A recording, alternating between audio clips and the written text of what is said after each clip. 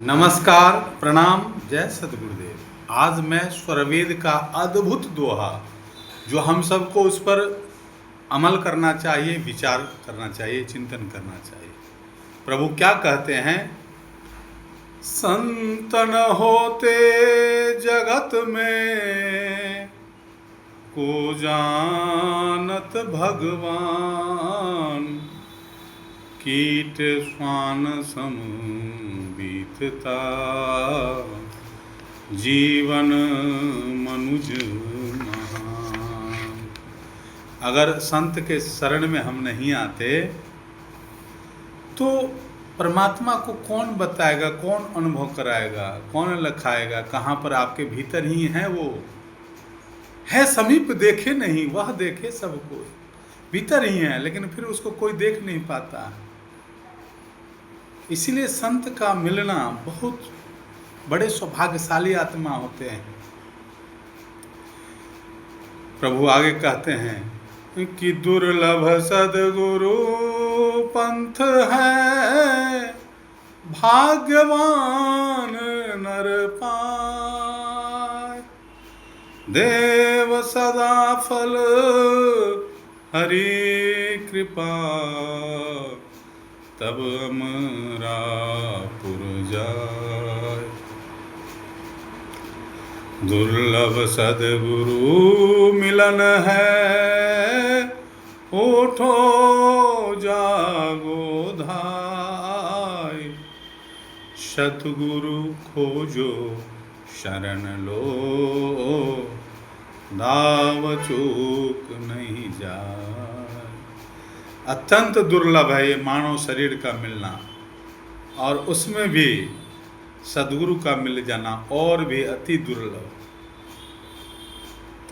कहते हैं सुतदारा और लक्ष्मी पापी के भी हो, संत समागम हरि कथा तुलसी दुर्लभ दो। संत समागम, संतों का संग मिल जाना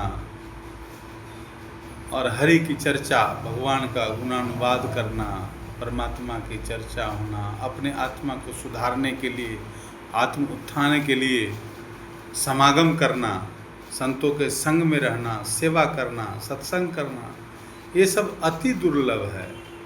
धन, स्त्री, बच्चे, ये तो हर जीवन में मिलते ही हैं, मिलते ही आए हैं, और इस बार भी फिर वही करके हम लोग चले जाएं, उसी में तृप्त होकर रह जाएं, तो यह संसार कभी पूरा होने वाला नहीं है। और शरीर भी क्या है? जन्म होता है, हमारा आपका अस्तित्व है। जायते अस्ति वर्धते, हम लोग बढ़ते हैं। विपरिणमते, परिवर्तन होता है। अपचीयते, धीरे धीरे उसमें ह्रास होना शुरू हो जाता है, रोशनी कम हो जाती है, सुनना कम हो जाता है। और विनश्यति, एक दिन शरीर छूट जाता है। और क्या कहे प्रभु कि जंगम तीरथ संत हैं, मज्जन सब फल पाए। भूमि भ्रमण जग हित करे, उदय भाग ते ही पाए। भूमि भ्रमण, पूरी वसुधा के, मानवता के कल्याण के लिए आए हैं, संसारी जीवों के उत्थान के लिए आए हैं। लेकिन जिसका प्रारब्ध बना हुआ है, पीछे से संस्कारी आत्मा है, वो इस सद्गुरु पंथ पर चल देता है, पकड़ लेता है उनको, और सद्गुरु भी उसे अपना बाँह उसका पकड़ा देते हैं और पकड़ भी लेते हैं। दोनों बात है। तो हम में भी इच्छा होनी चाहिए बाँह पकड़ने की, एक तरफा नहीं होगा, दोनों हाथ से ताली बजती है। इसकी बात यही समझना है कि हमें जब तक वो भाव, वो भीतर से विरह, वो जिज्ञासा, वो पुकार, आर्तनाद, जब तक हम नहीं करेंगे, हम दुखी होते हैं, परेशान होते हैं, हम चिल्लाते हैं, बुलाते हैं, तो कोई ना कोई घर का सदस्य आता है, दौड़ता है। तो ऐसे अध्यात्म की भूख किसको है? भूखे भजन न होई गोपाला। अरे जब तक हम सोचते थे कि भरपेट खाया नहीं है इसलिए वो नहीं करेगा अभी भजन, नहीं, भजन की भूख होनी चाहिए। और जब भूख है, सच्ची भूख है, तो कोई न कोई भोजन देने वाला मिल जाएगा। सदगुरुदेव कहते हैं वो बड़े सौभाग्यशाली आत्मा हैं जो अध्यात्म पथ पर चलते हैं।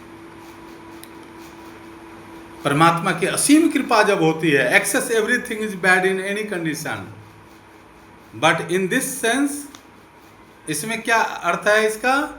अध्यात्म में अतिशय कृपा जा पर होई, पांव देते ही मार्ग सोई। अतिशय अनंत असीम कृपा करते हैं, वो इस मार्ग पर चलता है। तो अध्यात्म पलायनवाद नहीं है। किसी संत ने कहा कि आप जीते जी अपने आप को जान लो, और स्वयं को जान लोगे तो परमात्मा उसी में भीतर हैं, कहीं अलग नहीं है। तो आज के लिए इतना ही। हम सबका आध्यात्मिक विकास हो। धन्यवाद। जय सद्गुरुदेव।